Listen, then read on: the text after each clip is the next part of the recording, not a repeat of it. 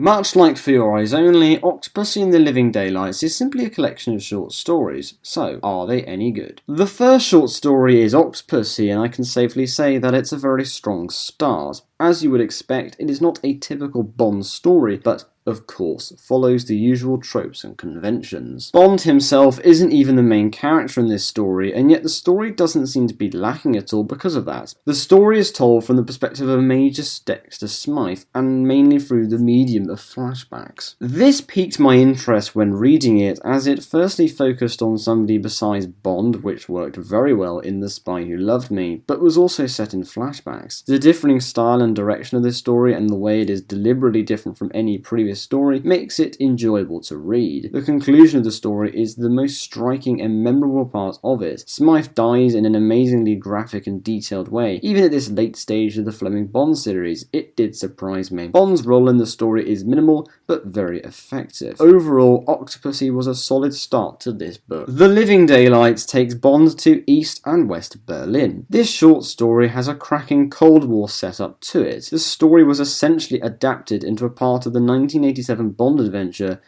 The Living Daylights.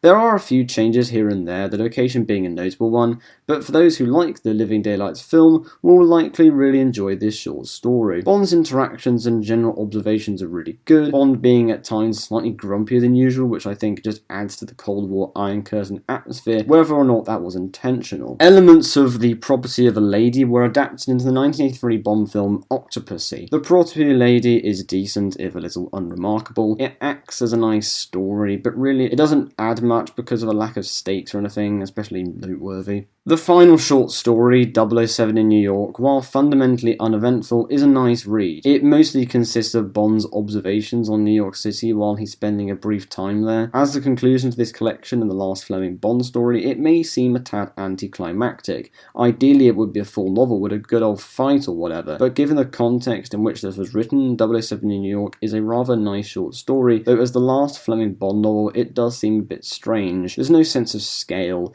but given Fleming's deteriorating health, it makes sense why this collection of short stories was written over a full novel. But yeah, 007 in New York was a good read. On the whole, Octopussy and the Living Daylights made an enjoyable collection of short stories. It was a marked improvement over the previous short story collection For Your Eyes Only.